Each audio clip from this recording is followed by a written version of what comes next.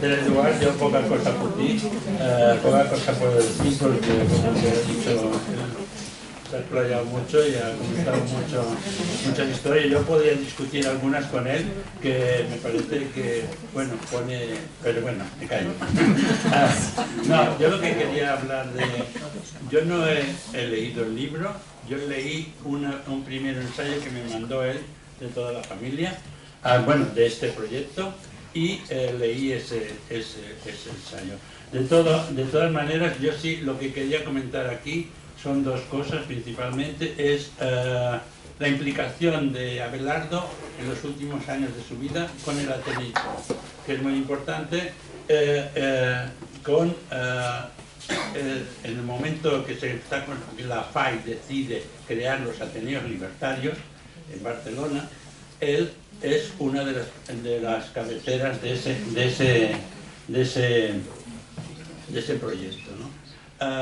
Y bueno, será Abelardo junto con Cano Ruiz, Benito Cano Ruiz, los que diseñan y hacen de alguna manera hasta ese momento.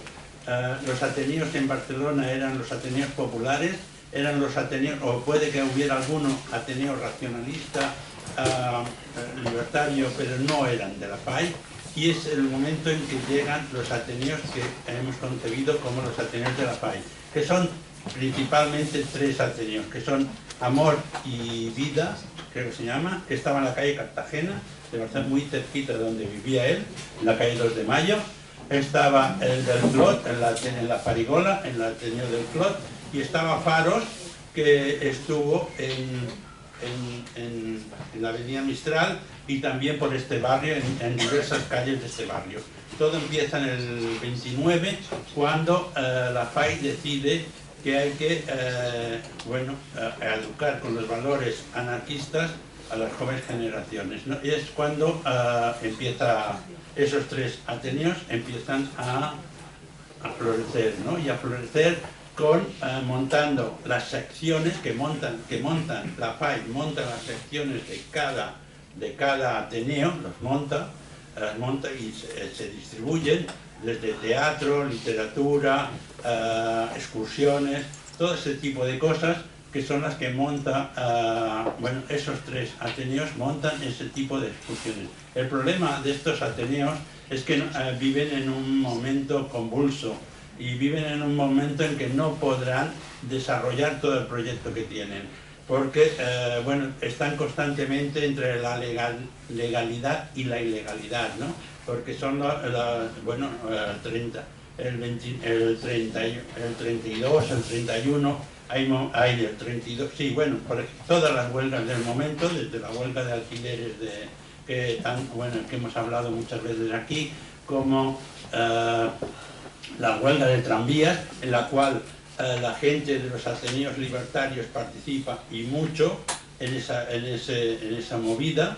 La huelga del tranvías, que duró los años 30, y una huelga de tranvías que prácticamente son los chavales de estos ateneos los que mueven, los que hacen, los que posibilitan los boicots, todo este tipo de acciones, los que posibilitan, los cuales nos han llegado información hemos conocido a chicas de aquella época, ¿no?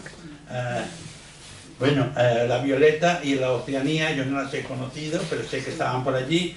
Por ejemplo, Cano Ruiz hablaba de que eran un portento de mujeres y que recitaban, se ve que recitaban de una manera bestial, ¿no? Tanto Violeta como Oceanía y otra hermana que tenían, que ahora no recuerdo el nombre, pero bueno, que estaban ahí. Según la Concha Liaño, Concha Liaño era otra de las que participó en el Ateneo Amor y Rabia, que es otra de las mujeres importantes del movimiento libertario y de mujeres libres. También contaba cosas parecidas. Ella estuvo en Amor y Vida. También estuvo Carla Sentís, también estaba allí. Que después... Ramón Sentís, es que siempre la lío. Yo le cambio el nombre a todo el mundo. Estoy de acuerdo con los nombres. Yo los cambio todos.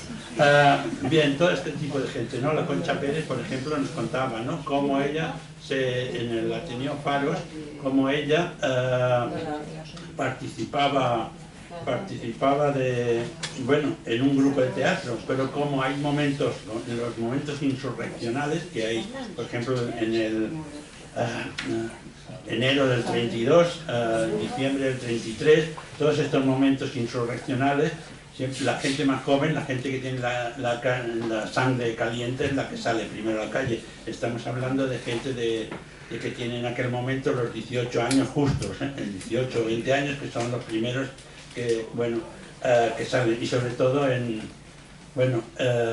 eso, ¿no? Bueno, las mujeres que hacen teatro tienen que subdividirse a la hora que hacen teatro, pero también tienen que dividirse en grupos de acción, porque necesitan las acciones que hacen en esos momentos, porque en ese momento era una Barcelona en la cual el metal era común, o sea, la gente tenía que ir con pistolas por la calle, y ellos las tienen, ¿no?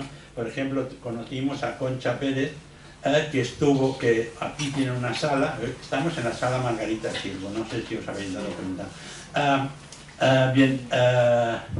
Concha Pérez estuvo presa en el penal de aquí, de la calle Reina Amalia, estuvo presa porque participaban las mujeres como buzones de los atracos o de las acciones que hacían los chavales, ¿no? Participaba como buzón en un abrigo, le ponían las pistolas y después ellos salían corriendo y ella, una vez de estas, fue detenida, ¿no? Bueno, digo todo esto porque Saavedra y Benito Cano Ruiz, junto con Chena y algún otro más, son los que de alguna manera, de la FAI, son los que de alguna manera inciden en esta historia, inciden directamente. De hecho, por ejemplo, hay recogida excursiones que hacen todos los Ateneos Libertarios, estos tres Ateneos Libertarios y el bar Los Federales, que era como un apéndice de los Ateneos Libertarios que estaban en la calle Londres, que hacen una excursión a Cornellá. Cómo ocupan dos autobuses que van a Cornellá y salen a Cornellá como una gran excursión. Esto no da más, han ido al campo, han ido a Cornellá, que hoy en día en el metro casi andando podemos ir, ¿no? Pero en aquella época aquello era demasiado. Y cómo están impacientes esperando la charla y el debate que les va, después de la comida, va a ser Saavedra, les dirá a toda la gente, a los chavales que hay aquí. Bien, estas son las cosas que pasaban en los Ateneos Libertarios, pasaban otras muchas más, ¿no? O por ejemplo, como en verano tenían un espacio, en verano tenían un espacio en la playa de Mongat. Al llegar los primeros días del verano montaban una carpa, cuatro palos y una lona que era construida con mantas o con lo que sea, y a partir de aquí eso quedaba día y noche allí colgado, y allí era el lugar de encuentro. Ahí se encontraban todas las chavalas de la época, era el lugar de encuentro. De hecho, por ejemplo, Abel Paz, cuando murió, me pidió que lanzara sus cenizas en aquel espacio. En aquel espacio de la playa de Mongat están no quiso estar ni con Durruti, que todo el mundo quiere que lo enterremos, bueno, que le tiremos la ceniza de Durruti. Él no, él quiso estar en ese espacio, ¿no? Abelardo murió en noviembre del 38, igual que pocos meses antes o poco tiempo antes el padre de Violeta Fernández, que también los dos públicamente dijeron que querían ser enterradas en la fosa común. Eran tan humildes, tan no sé qué, que no querían ni que se malgastara su nombre o su historia, ¿no? Y pidieron ser enterrados, están enterrados aquí en Barcelona, pero en la fosa común, tanto uno como el otro, el padre de Violeta y Abelardo Fernández. Abelardo Saavedra del Toro. Esto es lo que creo que vale la pena. Hay gente que hemos conocido como Concha Liaño, que es la que hace la película Tierra Libertarias, que es la que asesora, la que hace teóricamente, que estuvo aquí con nosotros, tenía una temporada, ella vivía en Venezuela, ya murió, que es la que teóricamente hace lo de los prostíbulos, lo que trata de educar a las prostitutas. En la película, no sé si la habéis visto, Mujeres Libres, ella conoció a Abelardo, como también Concha Pérez, que vivía en la calle Rieleta, sí, la calle Rieleta de aquí al lado, conoció a nuestro amigo Abelardo. Y bueno, por lo demás, con Aurelio nos conocimos en esta aventura. Yo hice el libro de Aurelio Fernández Sánchez, lo reivindico aquí, aunque no lo diga, aunque no le guste, o no sé, yo lo digo. Porque para mí es un generoso fue un generoso anarquista que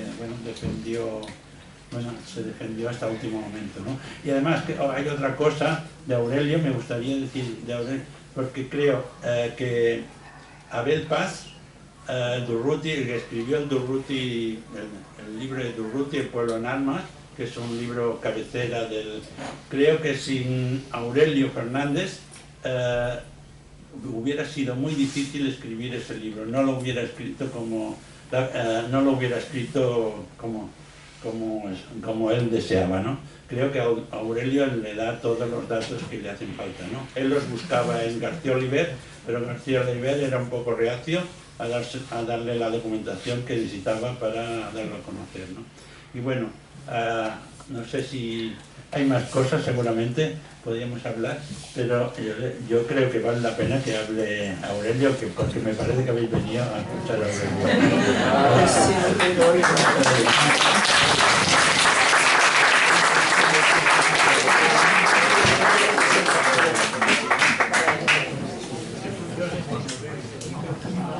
Sí, micrófono, no, sí se escucha bien, ¿no? Bueno, esta es la primera vez. ¿Se escucha bien atrás? Sí.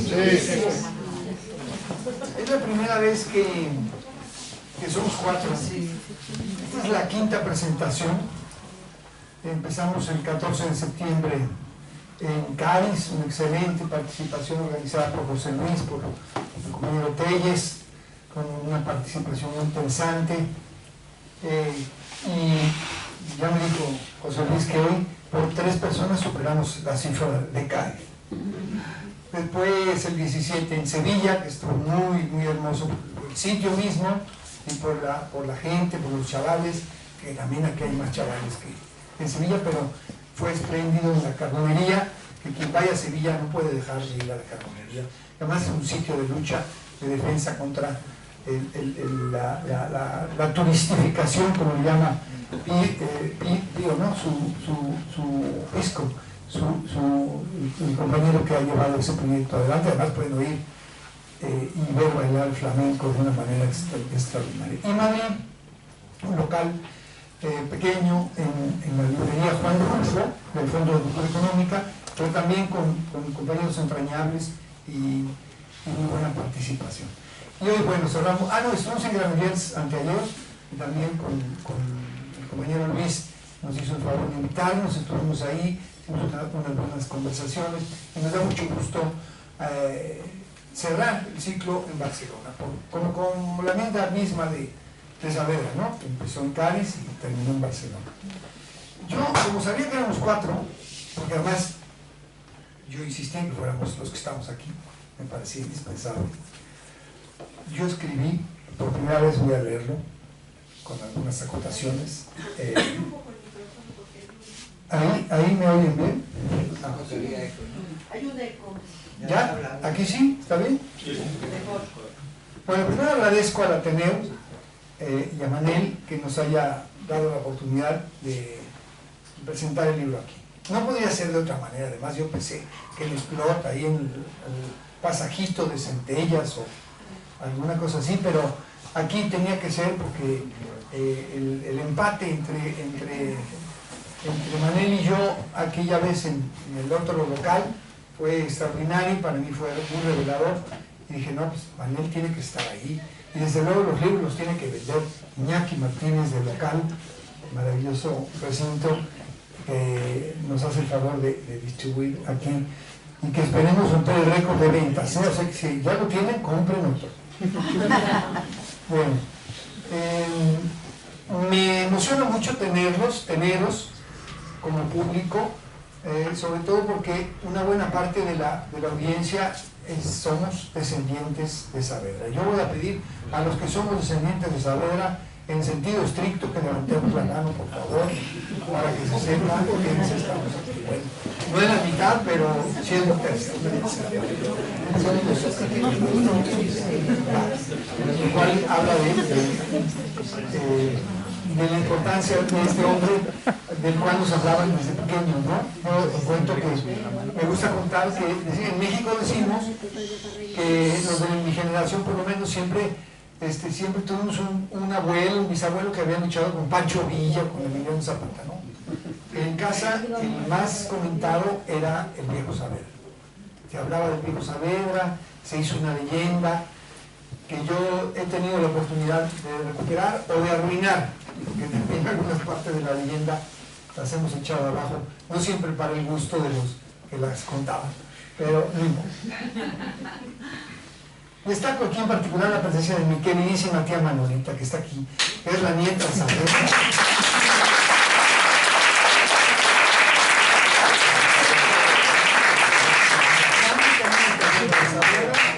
A quien además debo mucho del resultado de este trabajo, especialmente por los entrañables relatos que me hizo sobre su abuelo. Maravilloso. Gracias, Tito.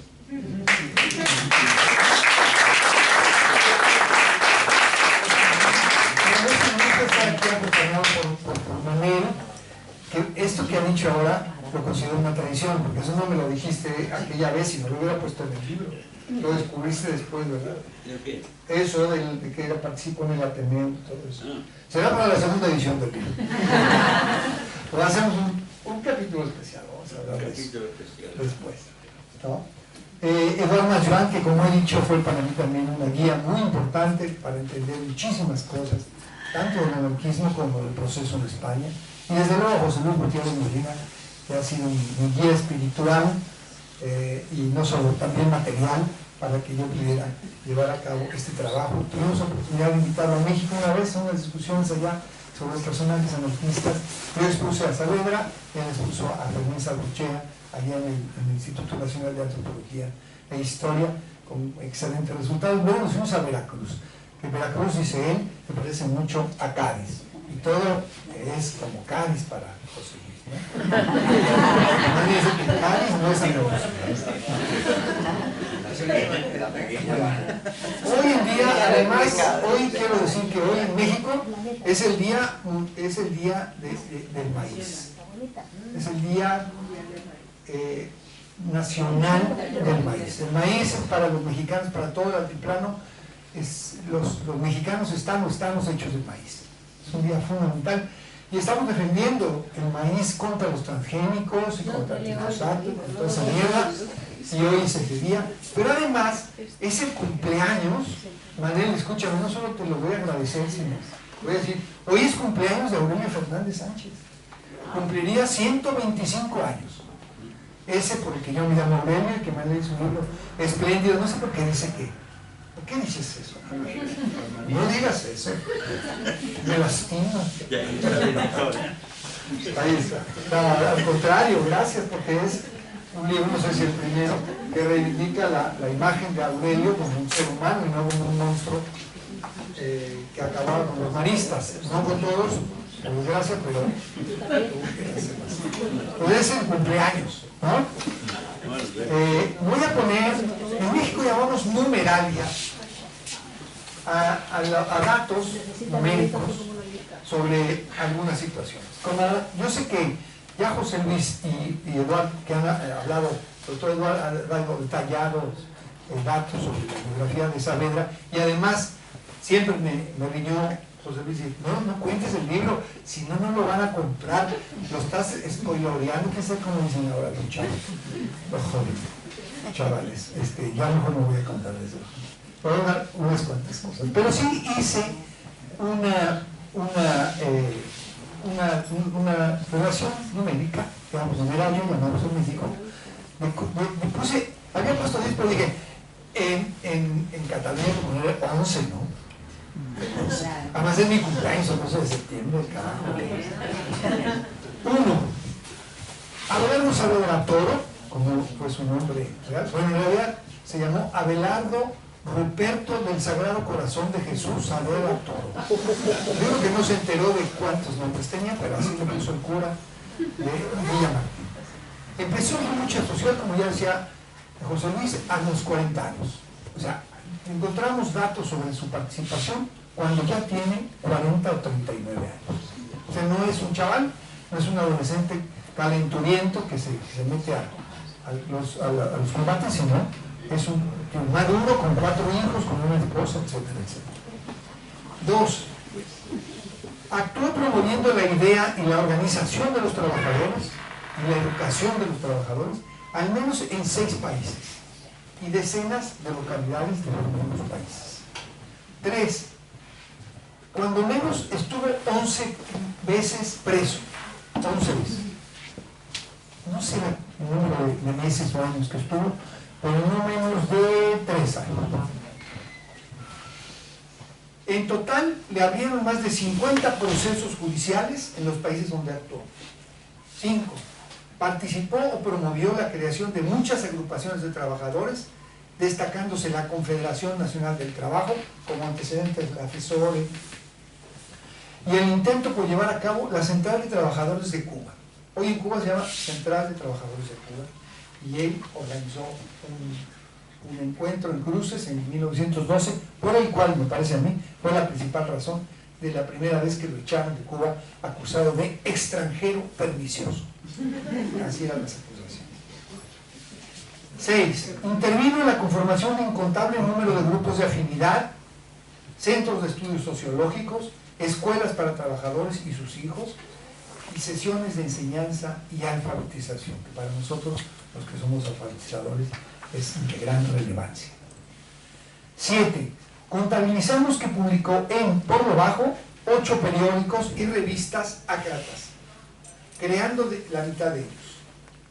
Realmente su producción fue enorme. Sobresalen La Voz del Terruño en Morón de la Frontera, Tierra y Libertad en Madrid, Tierra en La Habana y Rebelión en Regla y Cruces. Estos 2 en Cuba. 8. Llegó a Barcelona en 1917 para quedarse aquí 21 años, más de la mitad de su vida de participante activo, hasta el día de su muerte, el 7 de noviembre de 1938, 2 meses antes de la retirada. 9. Tuvo 3 hijas y un varón. No sé cuántos nietos, ni bisnietos, ni tataranietos, ni trastataranietos, ni chosnos, ni lo que se llama el G5. Todos a partir del matrimonio con Enriqueta Borrero Serrano, registrada en Sevilla, pero que se decía que había nacido en Écija, lo cual yo nunca obtuve el dato. Yo conocí la semana pasada a 2 de sus chosnos en Madrid. 10. Hicimos la cuenta de que habría trabajado en 21 oficios, porque efectivamente, a pesar de una herencia que se dice que tuvo, bueno, no se creía que tanto como se decía en la mitología oficial de la familia, pero tenía que trabajar para vivir, como bien dijo igual. El que más nos gusta, aunque no resume realmente su vida, es el que le asestaron Paco Madrid y Soriano, que le dijeron era propagandista ácrata de él. Ese es el oficio que más me gusta. 11. Fue enterrado, sin duda alguna, en fosa común. Para ello pagué 14 euros y 13 céntimos en cementerios de Barcelona, que sea de saber. Yo supongo ahora que dentro de un féretro de madera, y lo supongo ahora después de que José Luis me llevó a ver el trabajo que hacen de rescate, donde a los represaliados por el franquismo, muchos de ellos también los ponían en féretros de madera barata. Algunos otros los arrojaban simplemente, pero también. Yo creo que como fue un sepelio del cual la tía Manolita me narró lo que ella recordaba, maravilloso, saliendo de la calle 2 de Mayo, 249 me parece, llegaron a enterrarlo o a ponerlo en la fosa común. Como bien dijo el compañero que me antecedió, no solo su yerno, que era su compañero de lucha, Felipe Fernández, mi abuelo, compañero de lucha, su yerno, porque se casó con su hija Enriqueta, además también fue su cuñado, se casó con la hermana de Felipe Fernández, con la famosa tía Jacoba, que la tía Manolita me contó que se murió en el ascenso, después. Entonces quizás lo enterraron también en la fosa común. Y digo yo, de un poco atreviéndome a decirlo, que su sepelio y la manifestación que hubo para él, quizá fue la manifestación social más importante en Barcelona justo antes de la retirada. Demuéstrenme lo contrario. José Luis ha hecho, y Eduardo he dicho yo, en términos formales, un relato de la vida de Saavedra, y está en el libro que todos ustedes van a volver a comprar. Muchas gracias por eso. Pero yo voy a contar algunas anécdotas que me parecen muy importantes, que también tienen que ver la tía Manolita. Una es que en la familia se contaba que él se había metido a Madrid o a España disfrazado de árabe, de magrebí, de marroquí, con su túnica, su fez, su borlita, y que además un amigo le había dado un monito que traía en el hombro. Eso porque ya tenía los 42 procesos en contra y no lo dejaban entrar fácilmente. Entonces se disfrazó, ¿no? Entró. ¿Por qué entró? Porque su hija le escribió que iba a dar a luz a su primer nieto o nieta, no sabía.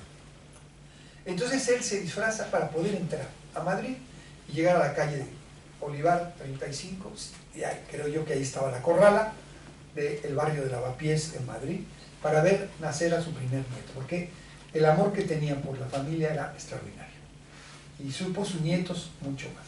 Efectivamente entra y llega ahí y lo detiene la policía. La versión de la tía Manolita es que le contaba a su madre que ayer conocía a otra Manuela, la nieta de allí en Grandes, la nieta de Manuela también,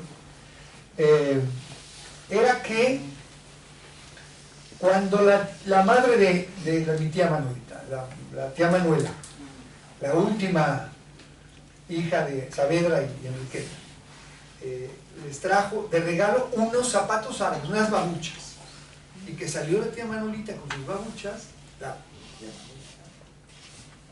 y nuestra abuela, sí, madre. Nuestra abuela, la de todas estas. claro, Abuela. Salió con los zapatos, y que pasó el policía de barrio y dijo: anda, Saavedra ha regresado a Madrid. Entonces va por ahí la policía, lo meten un rato a la cárcel, pero luego se va a trabajar otra vez a Tierra de Libertad, y ahí se topa con el atentado de Mateo Morral, el lamentablemente fallido atentado de Mateo Morral contra los Reyes, que le decía yo a Eduardo: ¿por qué no le atinó a los Reyes el día de su boda, ahí en la calle Mayor 88? Hoy 84. 84. ¿Conociste a Godofredo? Sí. Bueno, no, mesero, fui a... mesero. No sé si era Godofredo, pero muy antipático. Pesado. Bueno, fui ahora otra vez. Y... sí, no, el sitio. ¿Por qué no le cayó la bomba Orsini encima a los Reyes? Y él dice, yo lo pongo en el libro, parece que rebotó con el cable de los tranvías que se había instalado recientemente. Tanta preparativo y le falla. Con las naranjas cada día no fallaba, pero... con las bombas y mata no sé cuántos. Pero bueno, ahí detienen a Saavedra. Acá familiares de Beirut, los duques de la Ahumada, esto no sé, en el bloque vivía gente distinguida. Luego hablamos de eso porque Por eso, cuando... nos vamos a poner tristes aquí. Bueno. Pero eso es un piso con mucha historia, el bloque Aquel. Godofredo se lo vendió. Ahorita le paso. Yo conozco esto porque soy de Sabadell, entonces yo cuando me tocó hacer el servicio militar en Madrid, lo primero que hice fue salir a la calle Mayor frente a aquel edificio, y ahí pensando. Y, tu paisano sí. aventó la bomba. Sí. Lo ha comido toda la vida. Claro. El viejo Saavedra o el abuelo Saavedra tenía un gran amor, digo yo, por sus nietas, por sus hijas. Entonces, la primera nieta hace esto para ir a ver cuándo nace. La segunda nieta la está esperando en Cuba, porque él se adelanta, llega en abril de 1907 a Cuba, a La Habana, y radica inicialmente en el barrio chino, en la calle de Dragones 39.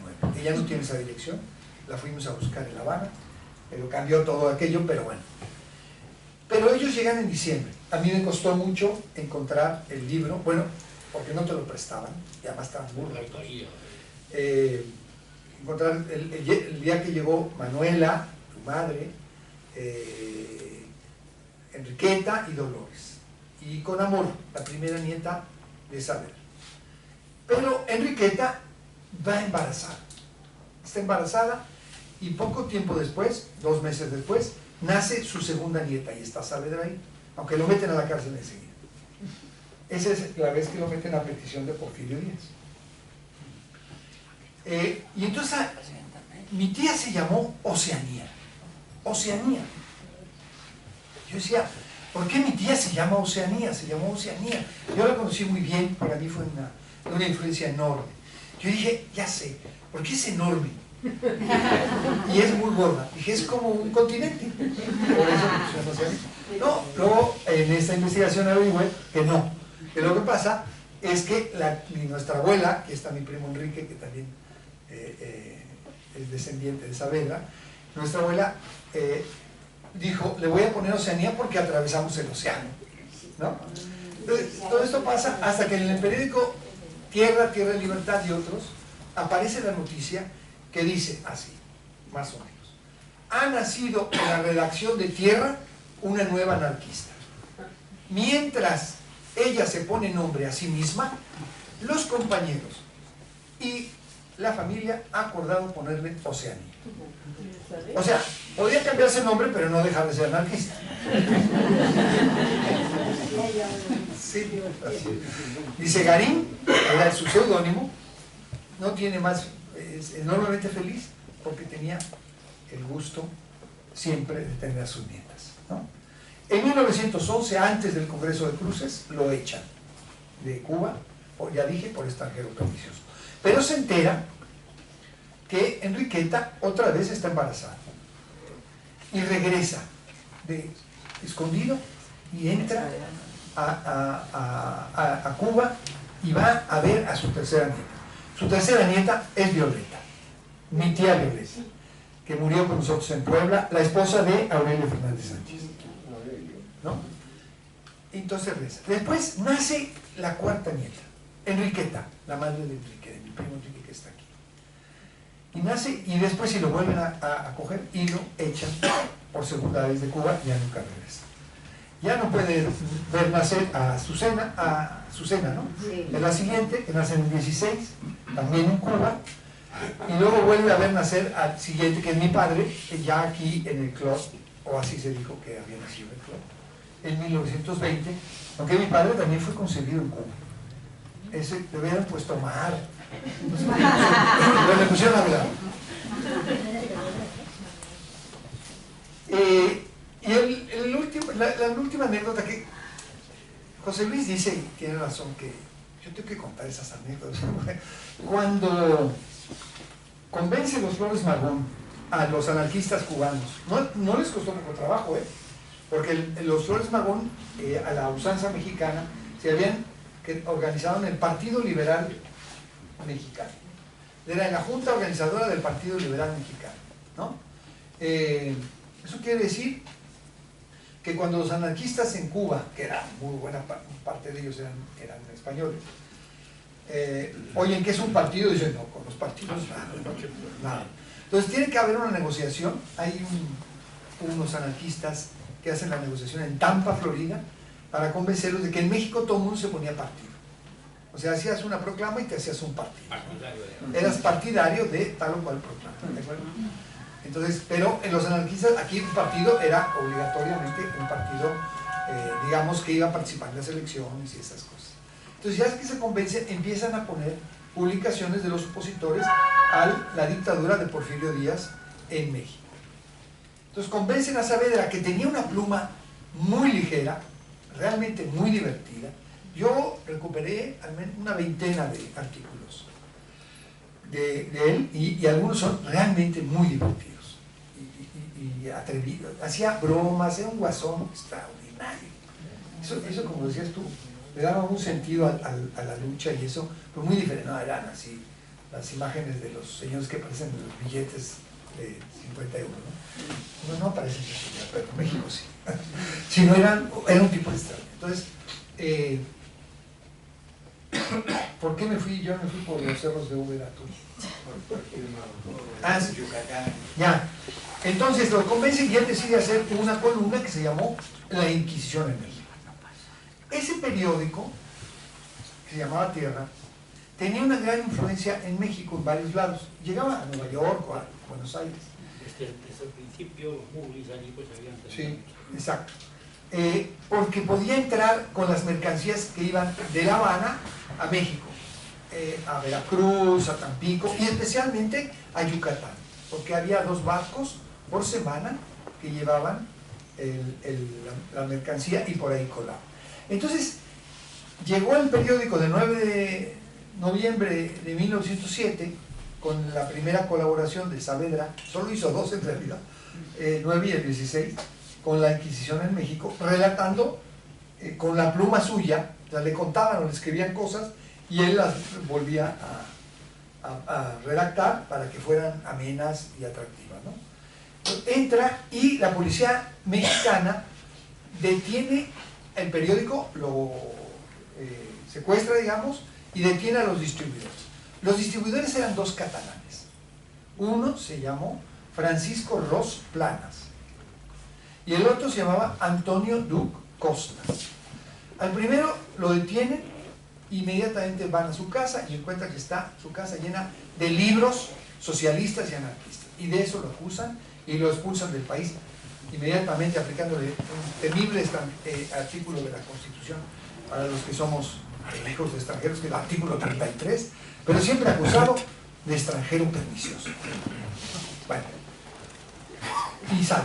Pero al otro, a Duc, lo detienen y lo acusan. ¿Saben de qué lo acusan? De falsificador de azafrán. ¿Qué acusación tan extraña, ¿no? ¿Por qué lo acusaron de falsificador de azafrán? ¿Se puede falsificar el azafrán? Yo creo que sí. Con estambre. Bueno, el asunto está en que ese Duc se apellida igual. Yo trabajo en un periódico que se llama La Jornada, en su edición de Puebla y Tlaxcala, que se llama La Jornada de Oriente. Entonces, el corresponsal de La Jornada en Moscú se llama Juan Pablo Duc, mi compañero. Entonces le escribo, y le digo, oye, ¿tú qué tienes? Y sabía que era de Yucatán. ¿Quién es este viejo? Entonces me da una versión elegante y linda de Antonio Duc. Y tenía, junto con su hermano, en Mérida, que es la capital de Yucatán, una tienda de ultramarinos, donde vendían azafrán. Entonces mi conclusión es que sí falsificaba el azafrán. Sí, claro, lo que sé que él hace, pero era una cosa así. Entonces él tiene, como les digo, en el libro pueden encontrar esa anécdota en Madrid, en la cárcel, porque resulta que lo meten a la cárcel Modelo de Madrid por el atentado a Morral, y se pone a escribir y hace una serie de artículos de tribuna pedagógica que tú citabas, y otras, y hace bromas y hace trampas a los confidentes, a los infiltrados en el movimiento, les pone unas trampas para encontrarlos, en fin, hace un montón de cosas ahí realmente muy divertidas. Sale de la cárcel y todo. Y finalmente hago una reflexión que he tratado de hacer en todas las presentaciones, y esta vez la pongo por escrito. Cuenta lo de, para que no diga que no te dejo contar cosas, cuenta lo de juicio en Cuba. Esa es muy buena, sí. En Cuba fuimos mi compañera Hanna, que está presente, y yo, a Cuba, al archivo, que por cierto, no está tan mal el archivo, hay peores archivos en Sevilla.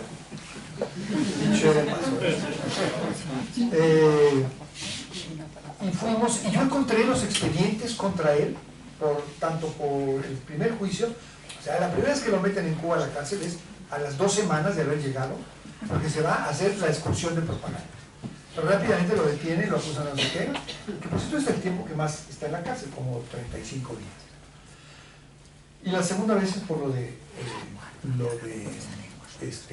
Porfirio Díaz, ¿no? Que lo acusa de el zar, decían, el zar de México, citando a los zares rusos, que además había ocurrido la revolución, intento de revolución en Rusia en 1905, lo tratan mucho. Y entonces él se pone a escribir ¿en qué estoy? Ah, sí. Entonces me siento a revisar en el archivo los partes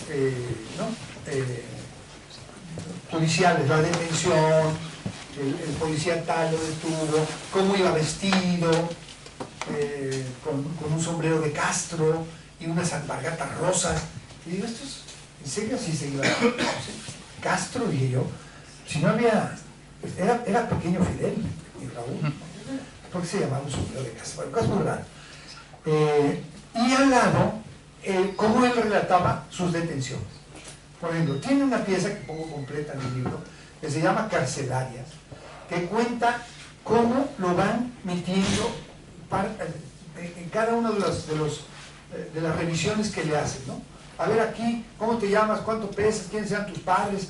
Una y otra vez, ¿por qué me preguntan tantas veces lo mismo? Y una vez lo desnudan, uno que se parecía que era un médico, ¿no? Lo desnudan y dice, lo único que encuentra son las callosidades en mis manos, producto del trabajo, y la ausencia de tres dedos en mi mano derecha.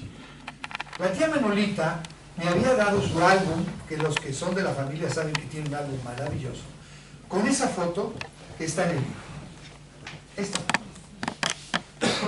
Yo dije, no le dije nada a tía Manolita por educado que soy, pero dije, este no es mi bisabuelo, no tiene nada que ver con mi bisabuelo, está muy con sus bigotitos, muy bien vestido, y no era así, ¿no?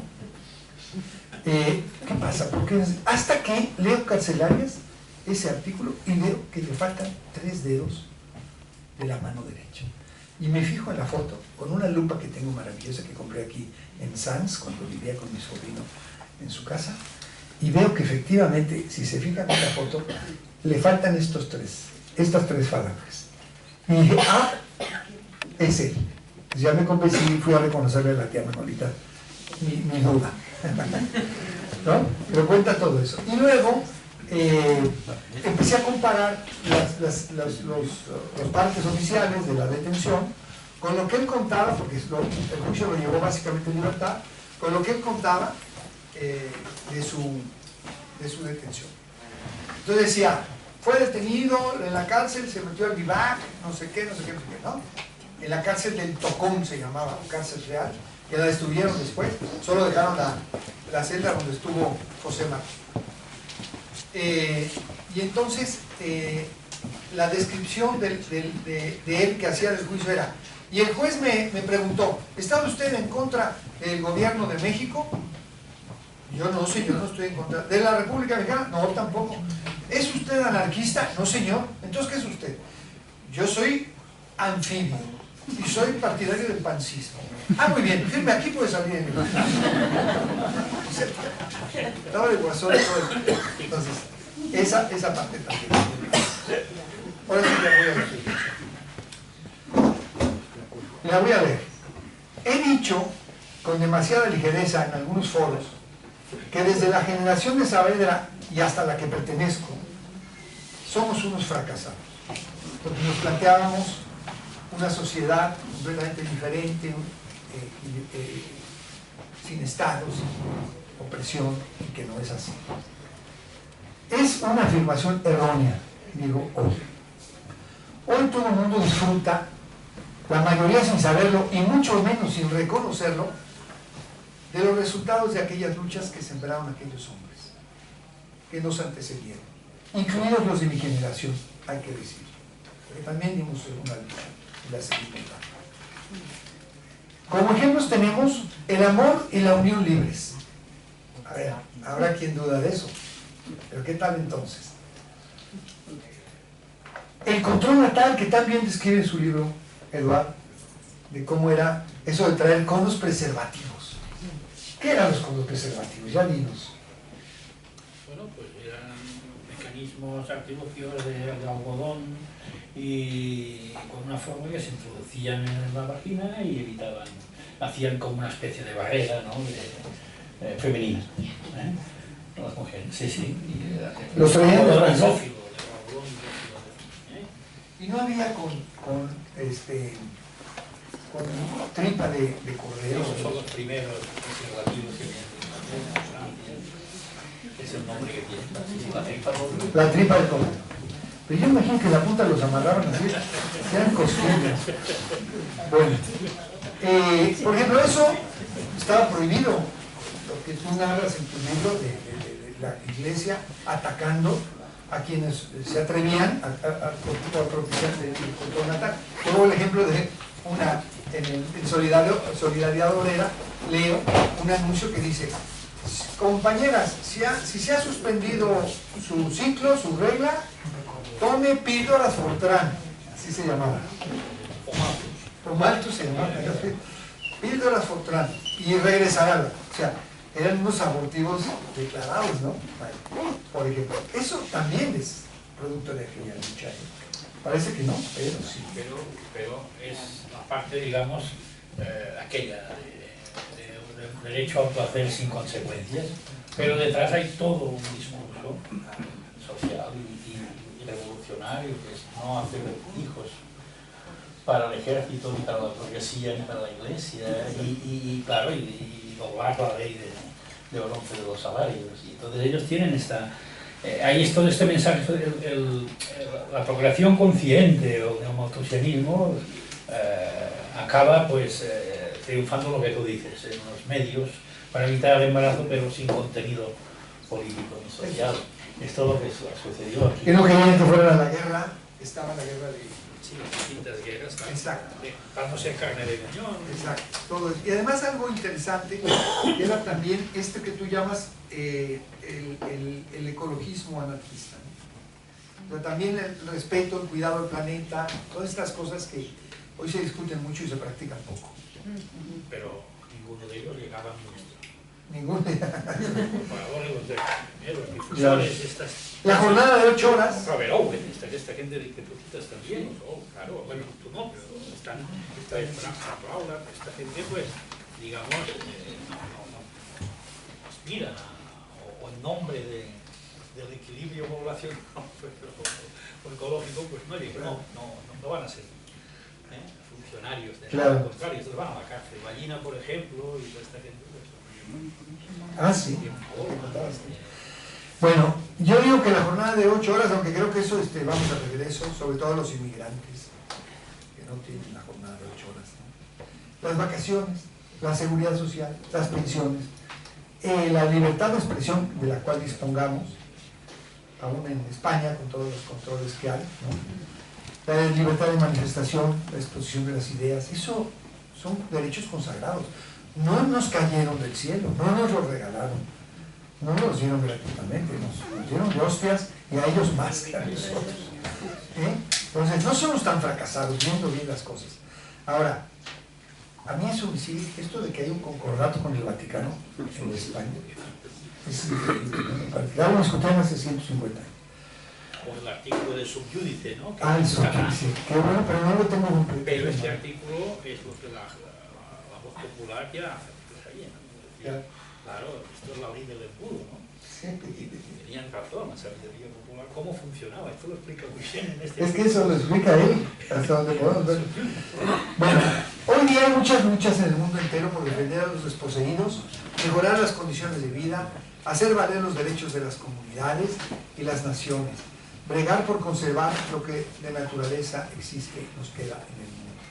Todas, en el fondo, son resistencias frente al capital. Eso tiene que quedar muy claro. Al que sabemos causante de la destrucción del planeta y sus pobladores todos. Pero, porque me parece que no le estamos plantando una cara alternativa contundente. Ese es el reto de nuestros días y de nuestros jóvenes. Crear una nueva utopía, atrevida, consistente, como la de aquellos hombres decimonónicos del principio del siglo XX, que se atrevieron a formular con sus múltiples contradicciones y errores toda esta nueva idea del mundo. Ojalá lo logren, porque sería una buena despedida para nuestras generaciones. Muchas gracias.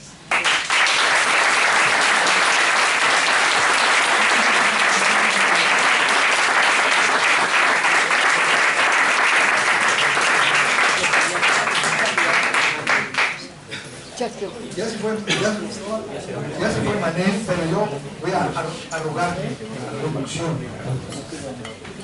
A ver, me gustaría que hubiera comentarios o... ¿Sí me oye? ¿Algún comentario, alguna intervención con toda confianza? ¿Preguntas, por favor? Yo no tengo familiares aquí, no hay descendientes. ¿Qué está pasando? Órale, fíjense. No hemos sacado su oratoria. No somos herederos de la oratoria. Pero sí de las preguntas. De las preguntas tampoco. Bueno, yo primero agradecer lo que has hecho, ¿vale? Porque quiero decir que nosotras somos herederas de todo lo que nos han explicado nuestras tietas, la tía Rosita, la tía Azucena, que esta es su nieta, la manita.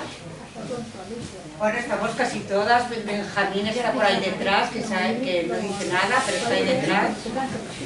Él sí que es un buen orador. Y es un buen orador, Benjamín, ayúdame a decir alguna cosa. Y agradecer todo esto que has hecho por la familia, ¿no? Y con tanto cariño y con tanto buen humor. O sea, ahora las que creemos que somos simpáticas ya sabemos de dónde lo hemos sacado. Creemos.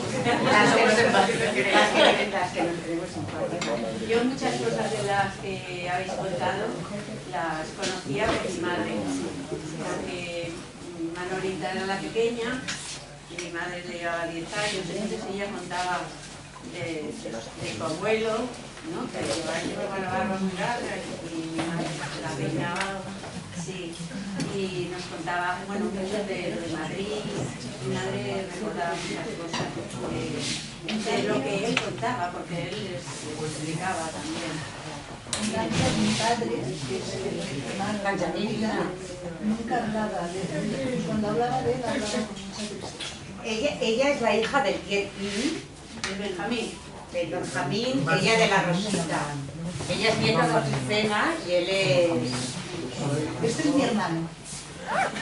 hijo del Primo, de Benjamín. Bueno, yo recuerdo muchas cosas porque mi abuelo, o sea, el padre de Manolita, el padre de mi madre, también me contaba muchas cosas. Mi abuelo Pascual, el marido de Manuela, nuestro abuelo, nos contaba muchas cosas.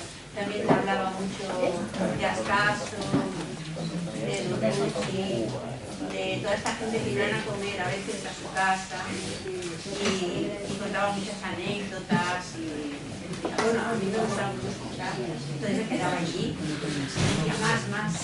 Por ejemplo, mi madre siempre contó, mamá, que recogía indigentes y los llevaba a su casa, el abuelo. Sí, el abuelo.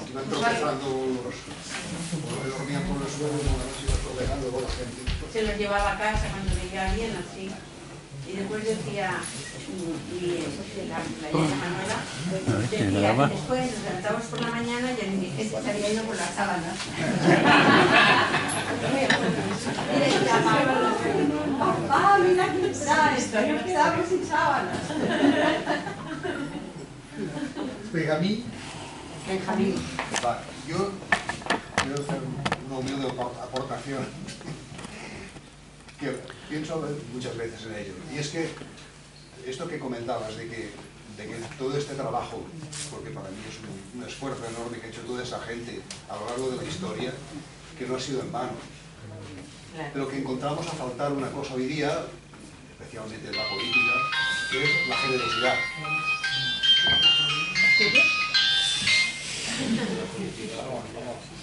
La generosidad en el mundo de la política es una cosa que se encuentra mucho a faltar. Y eso es lo que para mí encuentro que tiene un significado especial, ¿no? Entonces, esto es muy emocionante para la familia y bueno, supongo que para la gente también. Bueno, porque hemos procurado poner en práctica en nuestra vida personal todo lo que hemos aprendido de él, aunque sean leyendas preciosas, ¿no? Entonces, cada día con nuestro granito de arena hemos ido intentando mantener la línea que llevaba.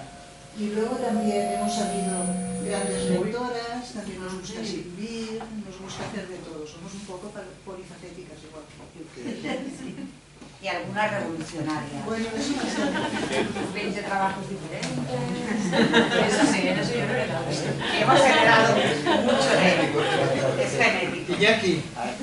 Sí, yo quiero decir una cosa, de cierto modo respondiendo a lo que decís.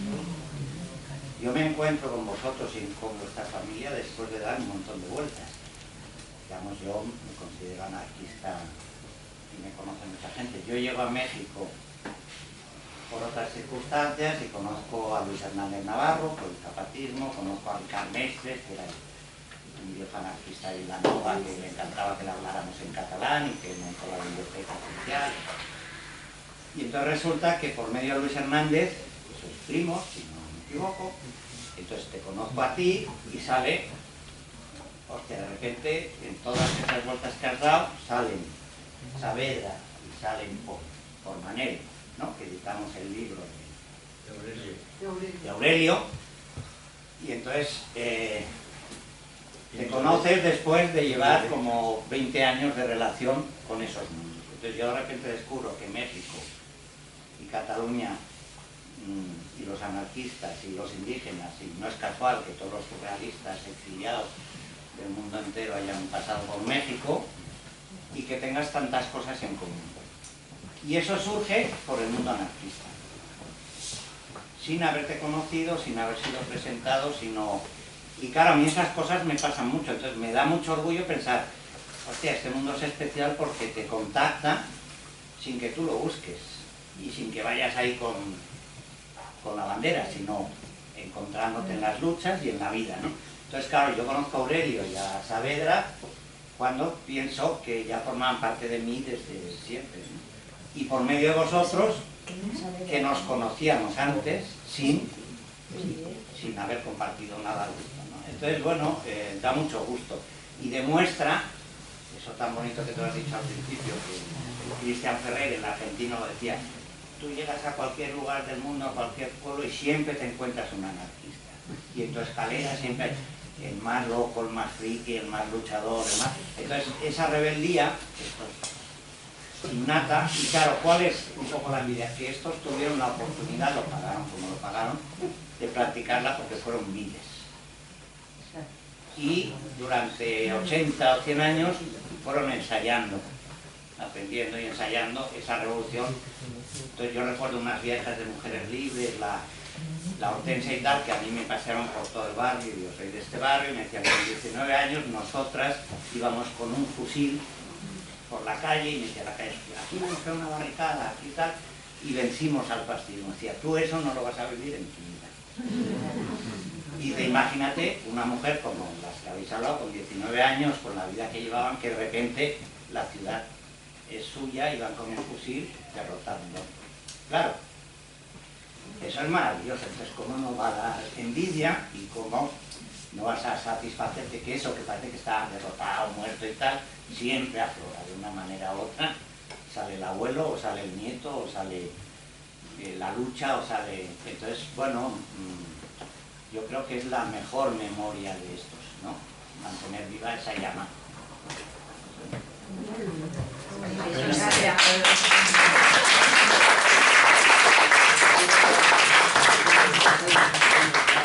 Yo lo que quería apuntar es que cada vez que se hace un libro de anarquismo aparece cercana. Nos ha pasado con Paulino Díaz, cuando presentamos el libro de Paulino Díaz aquí, de un compañero de la universidad, que ahora no recuerdo el nombre, ya había hecho los artículos para toda... De Sevilla, de la Espalencia de Sevilla. No, era de aquí, Barcelona. Cuando hicimos la de todos los nombres, que hice yo la cronología de Paulino Díaz, bueno, la presentamos en Arús y apareció la familia. Después, cuando hicimos un recorrido por aquí, simplemente del Bar La Tranquilidad, apareció la familia del que, ahora no me acuerdo el nombre, cómo se llamaba, del Bar La Tranquilidad. Cuando hemos hecho el libro de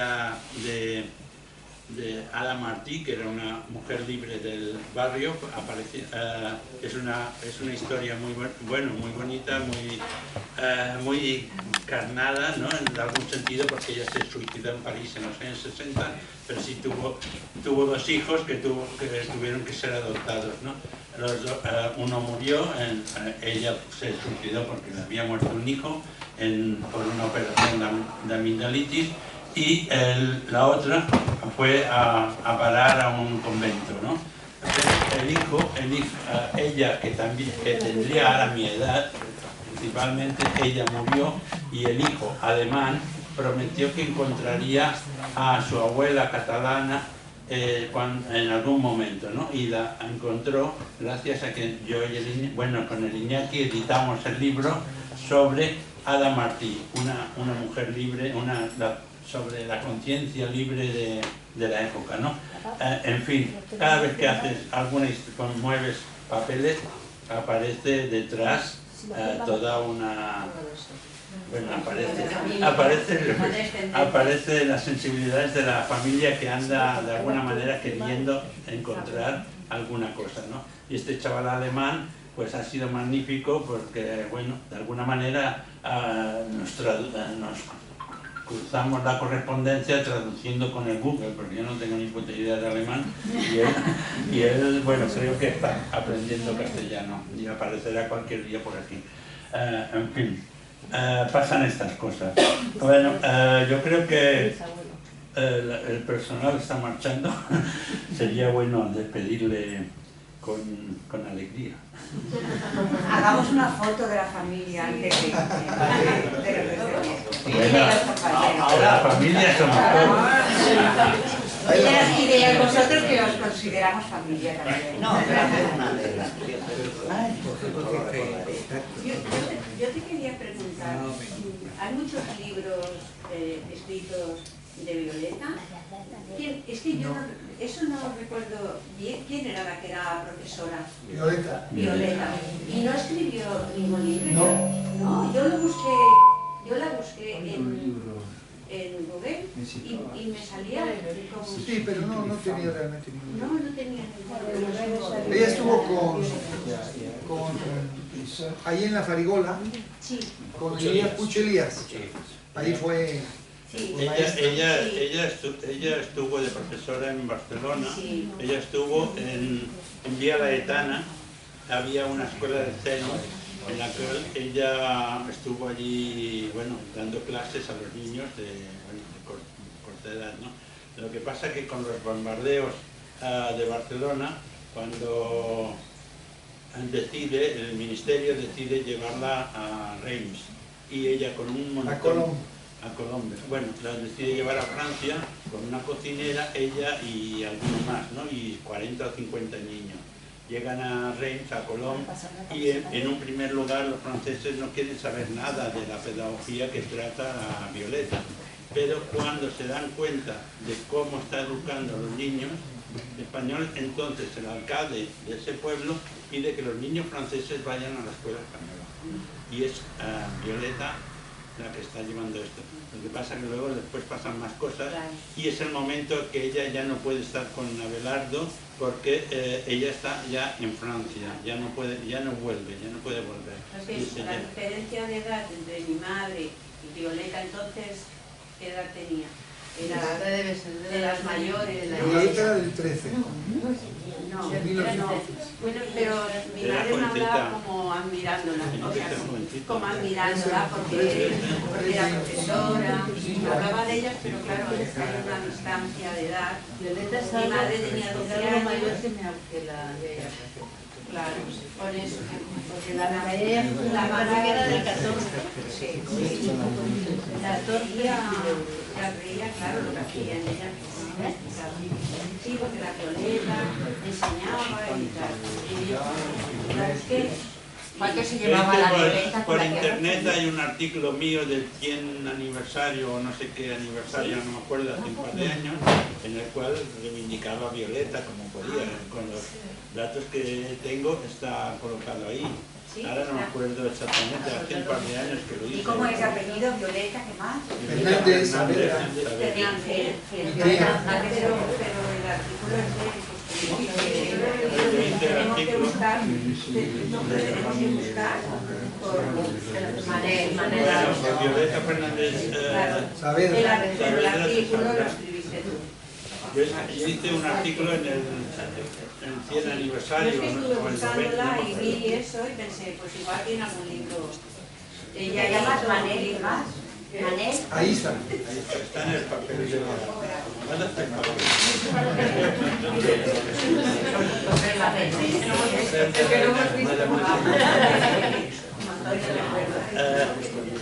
Bueno, no sé, yo creo que tú mismo da por consultarlo esto. Yo creo que lo de la foto es una buena idea, pero sería la buena idea hacer la foto allí con el...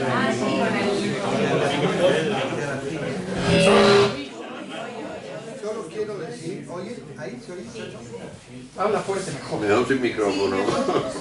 Solo quiero decir que hemos estado llevando esta lona con 3 caricaturas. La primera es sobre la famosa fotografía de la tía Manolita, que me dio la tía Manolita. Me dejó fotografiar, no me robé la foto. Me robé la otra de la zapatería, pero esa no. Esa se la robé a mi tía Azucena. Esa es una caricatura de un esposo de una descendiente de, ¿sabes? La hija de Hortensia, de mi hermana, pues, que es Luis Ricardo, que hizo la primera. Que está de la barba, de la barba. El segundo es una caricatura sobre la primera fotografía de Saavedra, que la tiene la policía cubana, que está en la policía cubana. Es la más antigua foto que yo encontré. Y la caricatura es de un sujeto extraordinario que se llamaba Helguera, un caricaturista mexicano del periódico La Jornada, estupendo. Lamentablemente murió el año pasado, muy joven. Y la tercera es de otro caricaturista rapé, pero corresponden a 3 momentos de la vida de Saavedra. Yo debía haber puesto la de colores en el centro, pero la primera es esa, la segunda es la elegante de la foto de la tía Manolita, y la tercera, esa está extraída de la famosa foto de la calle del Paseo Centellas, el pasajito, que le llamaban a la vuelta de... Bueno, y la foto... Bueno, ahora... Ya se va, creo que... Él es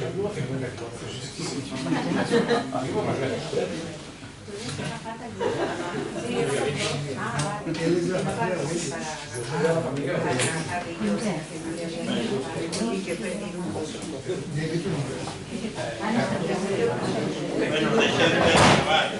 a ver, apúrense ahí a la foto.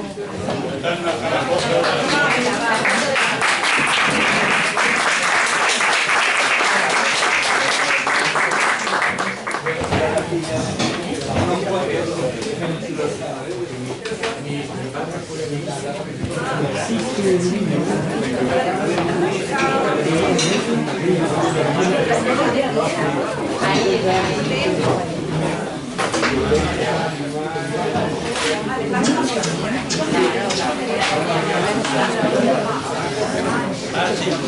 ensayureaba con las cadenas que estaban